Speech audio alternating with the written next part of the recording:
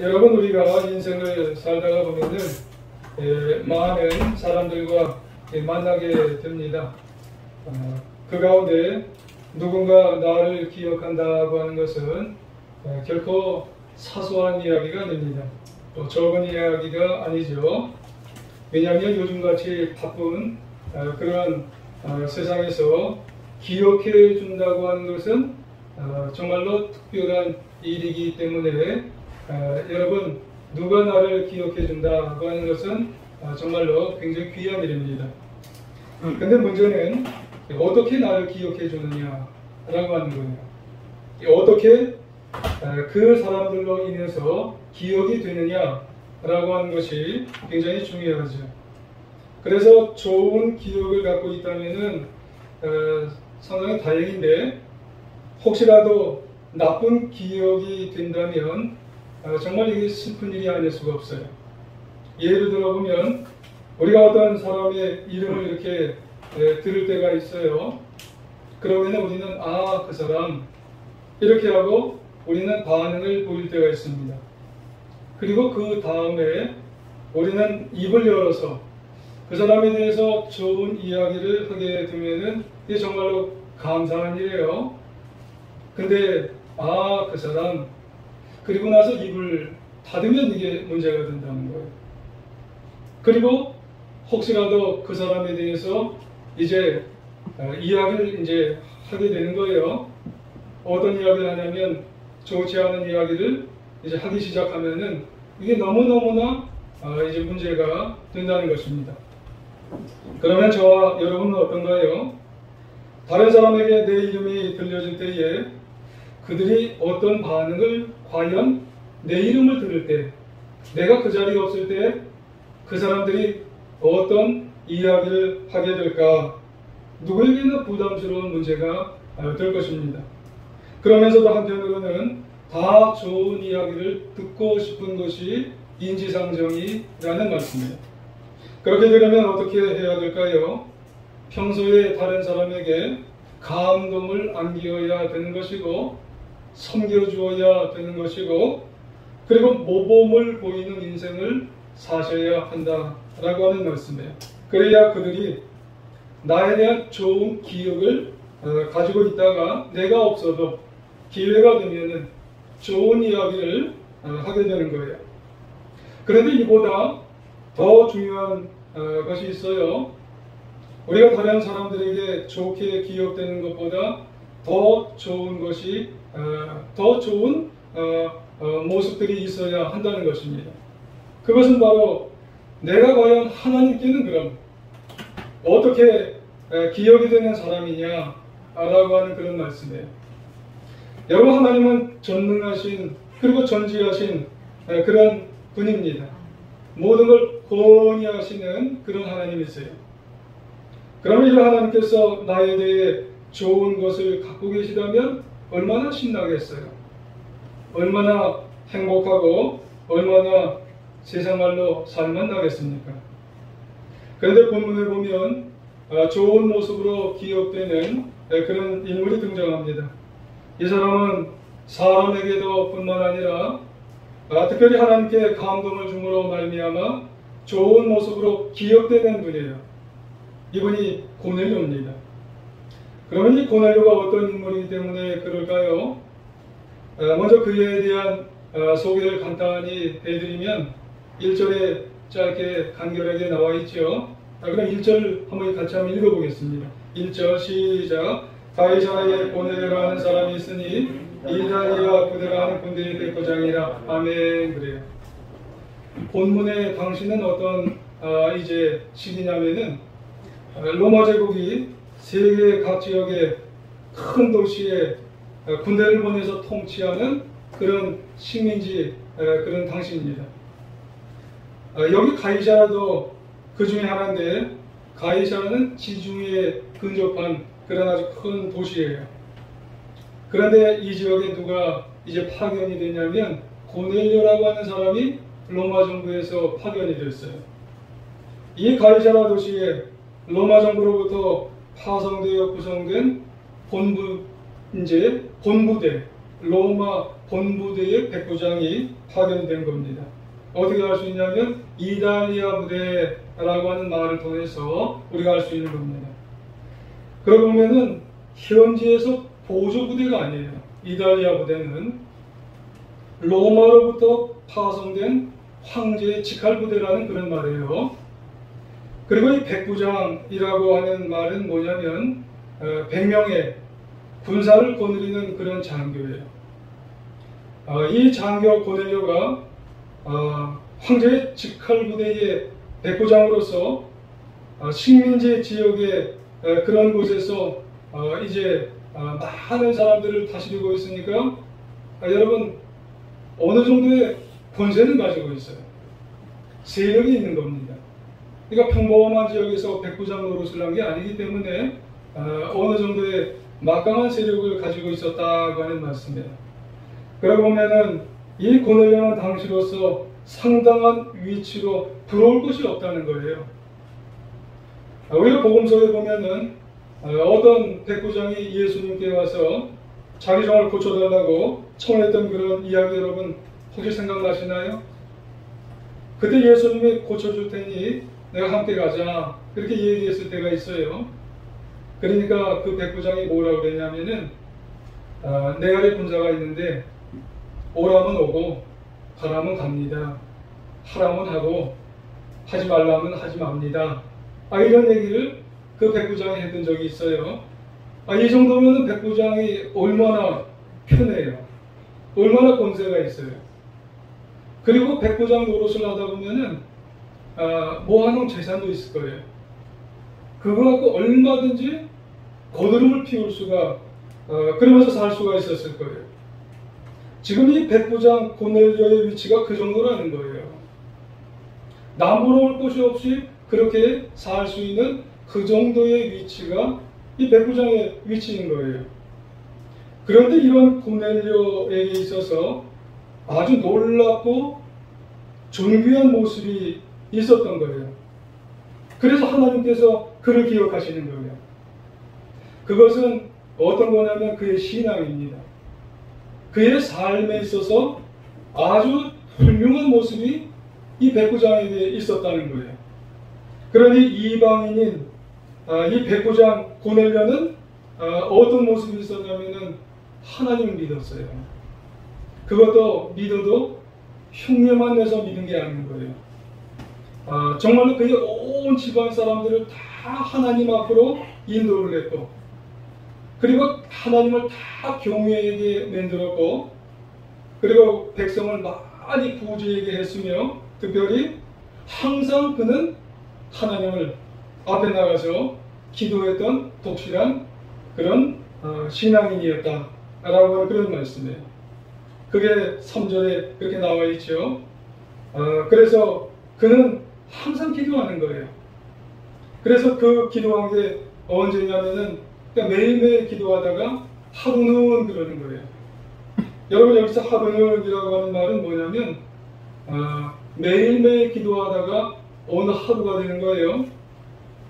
그래서 그날도 고넬료는 기도 시간에 이방인이지만 하나님을 믿는 사람이신데 유대인처럼 이제 기도하는데 하루에 3번씩 기도하는 거예요.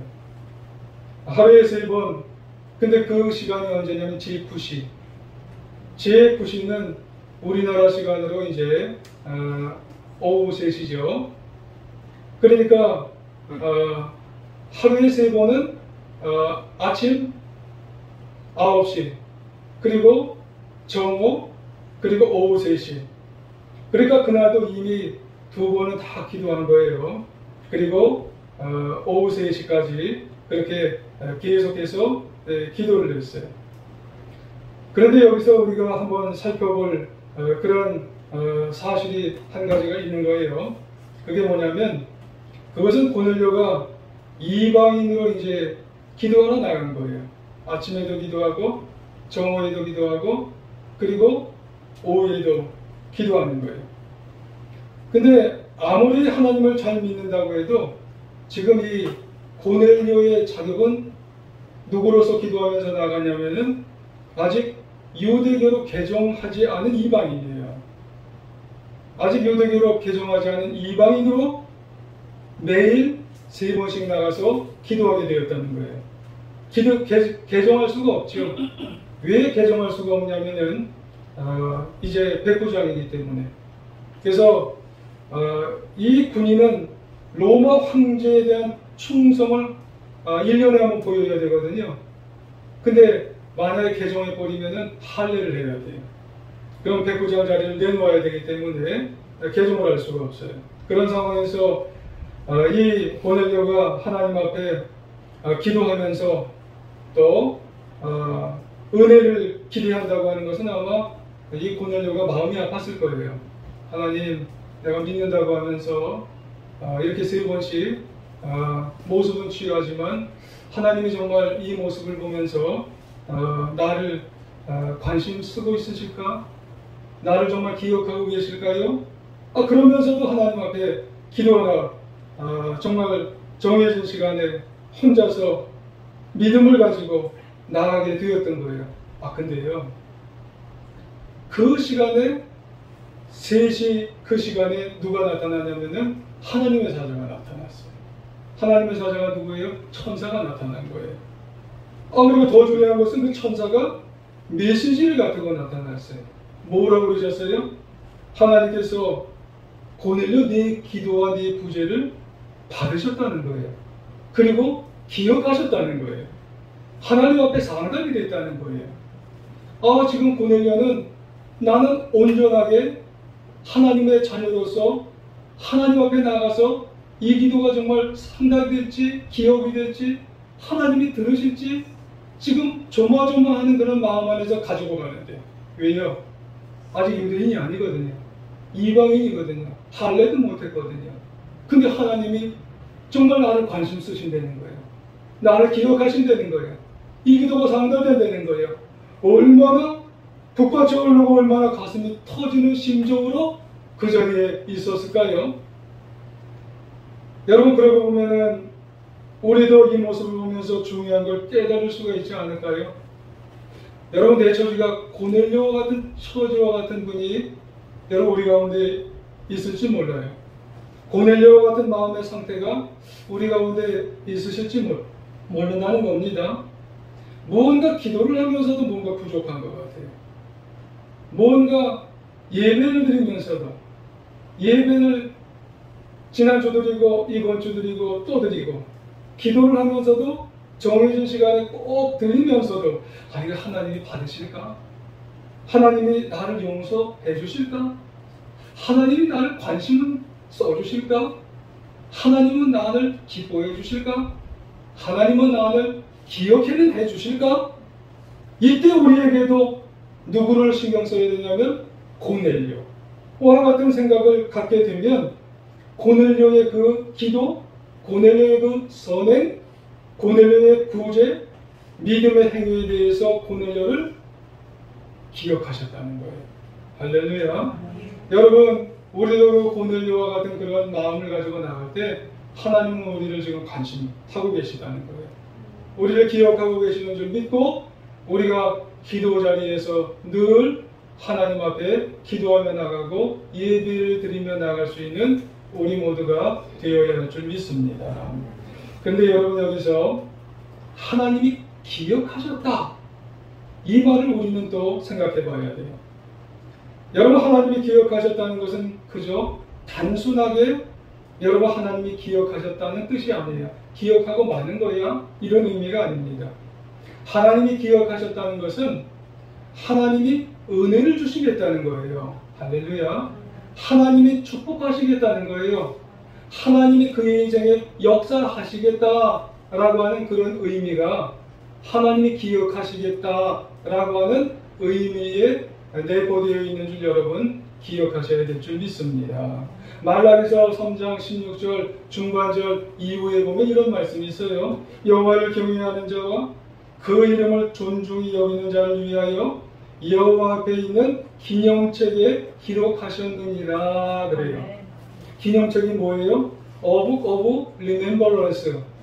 기념책의 의미는 뭐냐면 기억의 책이라는 거예요. 기념책, 그냥 일종의 앨범이에요. 여러분 앨범을 보면서 아우 내가 10살 때 이런 것도 있네. 아우 20살 때 이런 것도 있었네.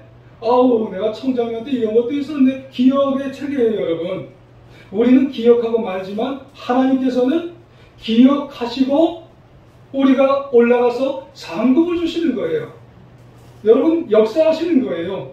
그러고 보면 하나님 앞에 기억하신 바가 된다는 것은 그의 삶을 보시고 아주 기뻐하시고 그리고 기념비적인 인물로 만들어 주실 것이고 수많은 은혜와 복과 역사를 베풀어 주시겠다고 하는 그런 말씀을 하게 되는 줄 여러분 기억하셔야 되는 거예요.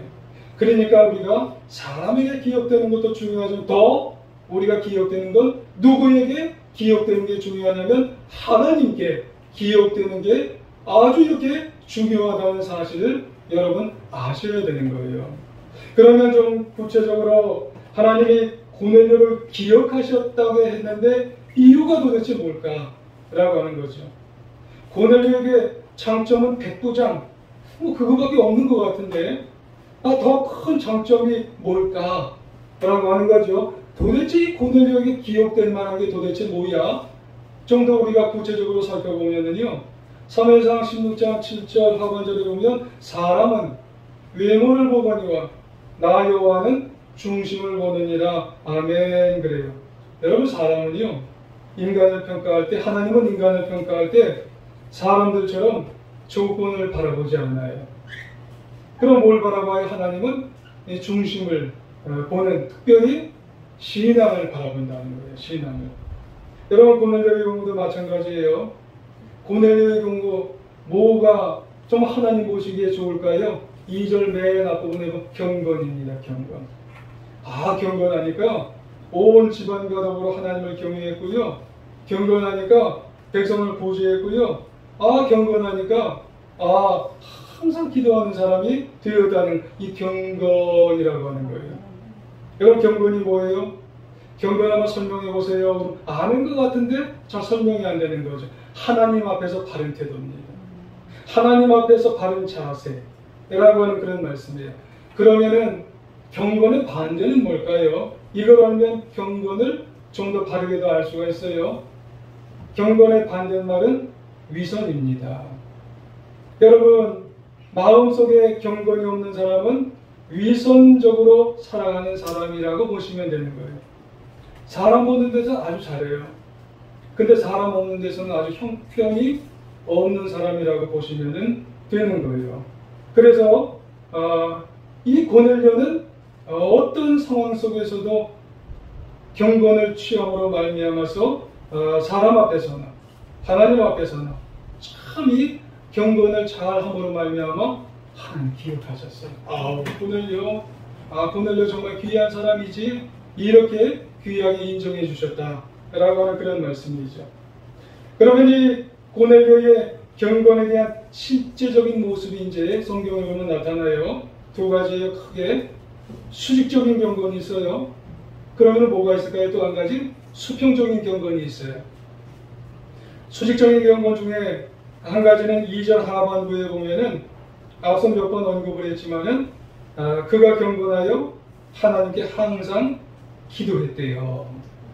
고넬료는 늘 경건에 기도했다고 했어요. 앞서 말씀드린 것처럼 하루에 3번 기도하는 모습을 가졌어요. 3번이라고 하는 것은 오전 9시 그리고 정오 그리고 오후 3시. 근데 이게 다가 아니에요. 그의 기도 시간은 그 이상으로 항상 기도했는데 항상이라고 하는 말 속에는 일할 때도 기도하고 이동할 때도 기도하고 설거지할 때도 기도하고 운전할 때도 기도하고 그리고 모든 상황 속에서 하나님과 계속 소통하면서 기도했던 사람이 이분이 누구냐면 이분이 고넬료예요. 이게 경건이라는 거예요. 그리고 오늘 사도행전 10장 25절에 보니까 이런 말씀이 있어요. 마치 베드로가 들어올 때에 고넬료가 맞아 발 앞에 엎드려 절하니 아멘. 그래요. 당시 고넬료가 하나님 앞에 기도한 이후에 요바에 있는 베드로를 이제 청했어요. 그러니까 하나님께 기도하니까 하나님께서 뭐라고 했냐면 베드로를 청해서 베드로를 통해서 구원받는 일에 이제 역사되는 일을 좀 감당해라 그랬어요. 그때 베드로가 방문을 한 거예요. 그러니까 고넬료가 이 베드로를 보고 엎드려 절하다는 거예요. 한번 생각해 보세요. 외적인 신분은 베드로가 높아요, 고넬료가 높아요? 외적, 그렇죠. 아우, 잘하셨어요. 고넬료가 높은 거예요. 왜냐하면 고넬료는 신분이 백부장이에요. 지금 로마에서 유대에 파견받은 신분 중에 제일 높은 사람은 총독이고, 그 다음이 천부장이고, 그 다음이 뭐예요? 백부장이에요. 그러니까 세 번째 정도 높은 건 굉장히 높은 거예요. 근데 베드로는 유대에서는 평민이에요. 그냥 사도인 거는 우리끼리 얘기하는 거지 그냥 평민입니다. 그런데 이런 백부장이 고넬료가 누구한테 엎드려 절했냐면 이 베드로에게 엎드려 절하는 거예요. 왜 그래요? 말씀을 맡은 자니까. 이런 태도를 가진 거예요. 그래서 이 고넬료가 무엇이라고 했기 때문에 그러냐면 사도행전 10장 33절 중반절에 보니까 이제 우리는 주께서 당신에게 명하신 모든 말씀을 듣고자 하여 다 하나님 앞에 있나이다 그러는 거예요. 말씀을 맡은 자, 말씀 앞에 경건한 모습을 다 취하게 되었다고 하면서 고넬료는 하나님 앞에 아주 경건한 수직적인 경건을 취하면서 보이지 않는 하나님께 경건한 모습을 갖게 되었다고 하는 그런 말씀이에요. 그럼 이것이 다인가요? 그렇지 않아요. 이 고넬료는 수평적인 경건을 또 가졌어요. 하나님의 뜻을 잘 실천하는 사람이었다는 거예요. 지난주 수요일날 설교 제목이 뭐였냐면 여러분 보신 분이 계실런지 모르지만 옛 계명과 새 계명이에요. 이것만 보면은 이게 설교와 내용이 뭔지 잘 모르시는 분이 계실지 몰라요. 마음이 잘 안 와닿을 수 있을 거예요. 여러분 구약에서 신약까지 이렇게 쭉 흘러가는 그러한 이제 주제가 있다고 해서요. 오신 분은 그게 뭐냐면 십자가하고 사랑이라고 했어요. 사랑이 뭐냐면 옛 계명 속에는 마음과 뜻과 힘을 다하여 하나님을 사랑하는 게 한 가지고, 그리고 새 계명은 나를 사랑하는 것과 마찬가지로 이웃을 사랑하는 것이 한 가지가 있다 그랬어요. 그러면은 옛 계명의 사랑에서 새 계명의 사랑까지 쭉 흘러가야 되는 거예요. 그런데 중요한 게 뭐냐면 신앙생활을 오래 한 사람들 중에서도요 옛 계명에 머물러 있는 사람이 있어요. 옛 계명 하나님만 사랑하는 걸로 만족하는 사람이 있어요. 하나님이 안 보이니까 내가 하나님 사랑 잘해. 나 하나님 사랑으로 끝나. 하나님만 사랑하면 되는 거야. 이렇게 해서 끝. 그리고 형제를 사랑하지 못하는 사람이 있어요. 자매를 사랑하지 못해요. 가서 형제와 사랑을 나 용서해줘. 나 당신에게 이런 잘못했어. 이거를 사랑하지 못하는 사람이 있더라는 거예요. 그것까지 가야 성숙한 그리스도인이 되는데 여러분 경건도 마찬가지입니다. 어떤 분은 하나님만 경건하게 섬기는 분이 있어요. 여러분 수평적인 경건을 하지 못하고 이웃에게 여러분 경건의 모습을 취하지 못하고 헌신하지 못하는 사람이 있더라는 그런 말씀이에요. 고넬료는 달라요. 2절에 보니까 그가 경건하여 온 집안과 더불어 그리고 백성을 많이 구제했다고 그랬어요. 한마디로 나 홀로 신앙이 아닙니다. 온 집안을 섬기고 하인을 포함해서 그리고 그들을 섬기는 그런 이웃사랑의 경건을 갖게 되었다고 하는 말씀입니다. 그리고 그의 신앙은 불우한 이웃을 살피면서 사랑으로 이웃을 구제하면서 나아가서 그 식민지 치하에서 어려운 이웃들을 많이 구제하며 베푸는 그런 사랑, 이게 경건이라는 겁니다. 헌신하는 게. 여러분 이것만이 아닙니다. 사도행전 10장 24절 이하에 보면은 고넬료가 아주 중요한 걸 했는데 이웃에게 전도를 함으로 말미암아 경건의 모습을 취했다고 하는 말씀이에요. 그래서 고넬료가 그의 친척과 가까운 친구들을 다 모아다가 기다렸어요. 누가 오기를 기다린 거예요? 베드로 사도가 오기를 기다렸어요. 그래서 베드로 사도가 오는 기회를 놓치지 않고 친척들도 가까운 친구들도 부하들도 다 복음을 듣게 하여서 자기의 가족만 복음을 듣고 구원을 받는 것이 아니라 그 주위에 있는 모든 아는 사람들까지 다 복음을 듣게 하는 그런 데 헌신을 하게 되는 경건을 취하게 되었다고 하는 말씀입니다. 여러분, 이런 고넬료의 경건 헌신을 보신 예수님께서 그를 잊으려 해도 잊을 수가 없는 거예요. 그래서 하나님은 고넬료의 이름을 들으면 고넬료 정말 귀한 사람이지, 훌륭한 사람이지, 그 이름을 들으실 때마다, 그의 삶을 보실 때마다 그를 기억하시고 정말로 기뻐하셨다고 하는 말씀이에요. 이런 고넬료를 하나님이 어떻게 잊느냐고 하는 말씀입니다. 여러분, 우리도 하나님과의 경건을 잘 감당하셔야 되는 것이고, 이웃과의 경건 헌신을 잘 감당하실 때 누가 기억하는 분이 되요? 하나님께서 우리를 기억하시는 그런 분이 되는 줄 여러분 기억하시기를 원합니다. 한국교회사에서 이런 분이 계세요. 그는 원래 부유한 가정에서 태어났어요. 양반의 집안에서 태어났어요. 근데 단지 문제는 뭐냐면 서자예요. 우리 성경으로 이방인이에요. 이방인. 그래서 발신을 받는 거예요. 그리고 업신여김을 받았어요. 그러다가 선교사님을 만나서 복음을 들었어요. 근데 자기만 구원받을 수 있나요?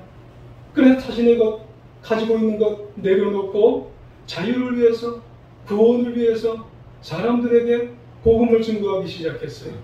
양반들에게 복음을 증거하기 시작했고, 그리고 고린들에게 복음을 증거하기 시작했고, 그리고 복음을 증거하면서 찬송가 496장 후렴을 부르면서 복음을 증거하기 시작했어요. 거두리로다 거두리로다 기쁨으로 단을 거두리로다, 이 노래를 부르면서 이 거두리로다 하면서 복음을 증거하기 시작했어요. 그래서 그의 성씨는 이씨인데요, 그의 성씨가 거씨가 됐어요. 이름이 둘이에요. 거두리라고 하는 그런 이름으로 바뀌게 되었다는 겁니다. 3.1운동 때 만세운동을 이끌다가 옥살이 했는데 결국 소천을 했어요. 그때 수많은 거린들이 몰려왔다는 겁니다. 그래서 그분의 장이 무슨 장으로 바뀌었냐면 거린장. 한국 최초로 거린장이 되었다는 거예요. 거린들이 돈을 모아서 비석을 세웠는데 이렇게 이름이 되었답니다. 이공 거두리 선생님, 평생 성질이 온순하고 인자하였습니다. 굶주리고 헐벗은 사람을 보면은 옷을 벗어주고 밥을 주었습니다. 그리고 죽는 순간까지 복음을 증거하다 돌아가셨습니다. 이렇게 살다간 거두리 선생님, 사람들에게도 기억될 뿐만 아니라 천국 가서 누구에게 기억되는 이름이 되었냐면 거두리, 하나님께 기억이 되는 이름이 되었다는 말씀이에요. 저는요, 담임전도사를 29이 시작했어요. 그래서 세어보니까 이제 25년에서 26년을 담임자로, 도봉교회에서 부목사 담임자로 치면 26년 정도 이제 목회를 한 것 같아요. 그동안 정말 여러 분들을 만난 것 같아요. 이 당에서 이제 한번 세어봤어요. 이렇게 기억나는 분들이 이제 계세요. 기억나는 분들이 여러 분들이 계시는 것 같아요. 꽤 많아요. 그 중에 살아계신 분도 계시고 돌아가셔서 천국 간 분들도 다 계세요. 그 가운데는 예배 자리 정말 지켜주신 분도 계시고, 그리고 기도 자리를 지켜주신 분도 계시고, 또 어떤 분들은 향기가 나는 분도 계세요. 사람이 무슨 향기가 나겠어요? 근데 그분을 보면 향기가 나요.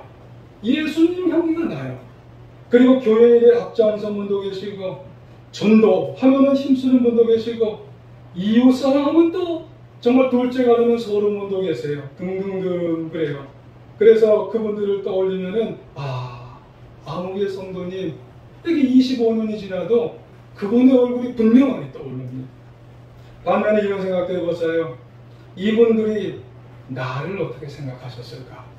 25년 지났는데 그분들이 정말 저를, 김 목사를 어떻게 지금 나타나면 뭐라고 그러실까? 그리고 또 생각했어요. 여러분들, 많은 분들 만나셨는데 그분들이 여러분들을 뭐라고 생각하실까?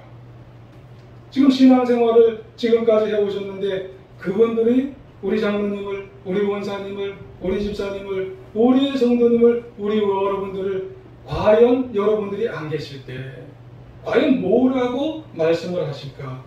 여러분, 아무쪼록 저와 여러분은 주위 사람들에게 좋은 모습으로 기억되길 주 이름으로 축원합니다. 그런데 뭐니 해도 기억된다는 의미에서는 누구에게 좋은 모습으로 기억되냐면 하나님께. 여러분, 하나님께 기억되어야 하는 것이 가장 넘버원, 가장 최고로 중요하다는 사실을 여러분 기억하시길 바랍니다. 아주 중요한 스포츠 선수가 대학 시절에 정말 어려운 환경 가운데서도 챔피언이 됐대요. 그러니까 자기 키만한 그런 트로피를 주었대요. 그래서 그 트로피를 그 학교에다가 이제 기증을 했답니다. 그런데 졸업 후 어느 날 시간이 흘렀는데 그 트로피가 집으로 배달이 됐다는 거예요. 내용이 지금 뭐냐면 학교에서 재건축하면서 그걸 쓰레기통에 버렸다는 겁니다. 그걸 보고 환경미화원되는 분이 이름을 봤다는 거예요. 1등 우승 밑에 이름이 있잖아요. 어떻게 찾아서 그 트로피의 주인공한테 다시 보냈다는 거예요. 그때 그분이 그 트로피를 받으면서 그런 말을 했대요. 잠시 후에 우리의 인생에서 얻을 모든 트로피는 누군가에 의해 버려지게 될 겁니다. 라는 말을 했다는 거예요. 여러분, 오늘 이 시간 이후로 우리의 인생 속에 오는 트로피들이 있어요. 아주 귀한 상들이 있다는 거예요. 하지만 그런 상들, 세상에서 얻어지는 상들은 누군가에 의해서 여러분 소각될 수도 있고 버려질 수도 있다는 그런 말씀이에요. 그렇다면 누구에 의해 기억되는 것이 여러분 가장 중요하겠느냐고 하는 것이에요. 그것은 기념책에 기록되어서 우리의 상급이 될 수가 있기 때문에 누구에 의해서 여러분 기억되는 게 가장 중요하겠느냐고 하는 것이에요. 물론 사람에게도 기억되겠죠. 하지만 가장 중요한 것은 하나님께 기억되는 인생이 되어야 할 줄 믿습니다. 그런데 하나님께 좋은 기억으로 기억되는 인생은 사람에게도 좋게 기억됩니다. 아무쪼록 우리 모두 보넬료처럼 하나님 앞에, 사람 앞에 오래오래 기억이 되는 아름다운 인생이 되어 남은 인생 승리하시기를 간절히 주님의 이름으로 축원합니다.